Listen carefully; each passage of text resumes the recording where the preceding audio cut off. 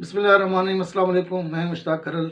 मैंने English, Urdu, international relations, mess communication LLB किया है और 20 साल तक शुबा तालीम से मुंसलिक रहा। उर्दू की क्लासेस भी ली हैं, इंग्लिश की क्लासेस भी ली हैं और ख़ास तौर पर जो तनकीद का पेपर है ये मेरा फेवरेट पेपर था।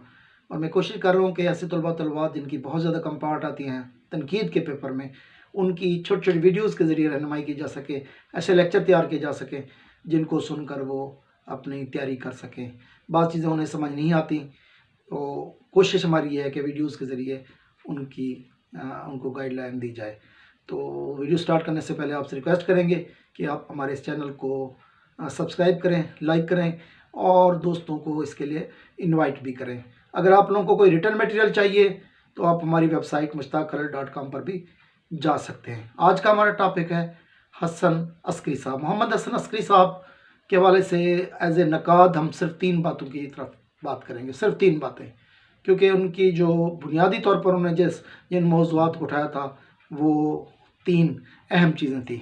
उनमें से पहला उनका था नज़रिया फ़न।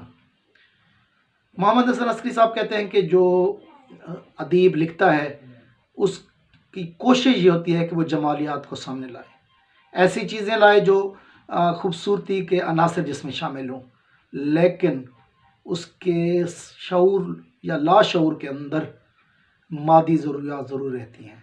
यानी अदब बराए अदब जब आप लिखते हैं तो आप कभी भी अदब बराए ज़िंदगी से दूर नहीं हट सकते।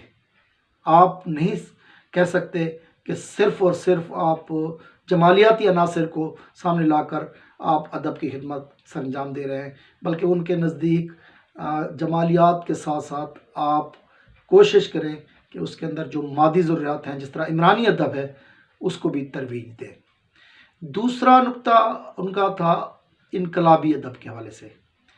वो समझते हैं कि जो अदब इनकलाब के दौर में तहरीर होता है या तख्लीक होता है वो ज़्यादा देर पा नहीं होता।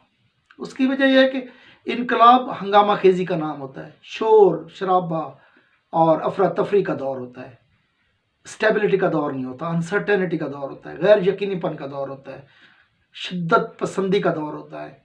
तो इनकलाब के दौरान अदब तख्लीक होता है, उस वक्त उसको बहुत ज़्यादा पजीराई मिलती है, वो बाम अरूज को छू जाता है, लेकिन वक्त गुजरने के साथ साथ वो मिट जाता है।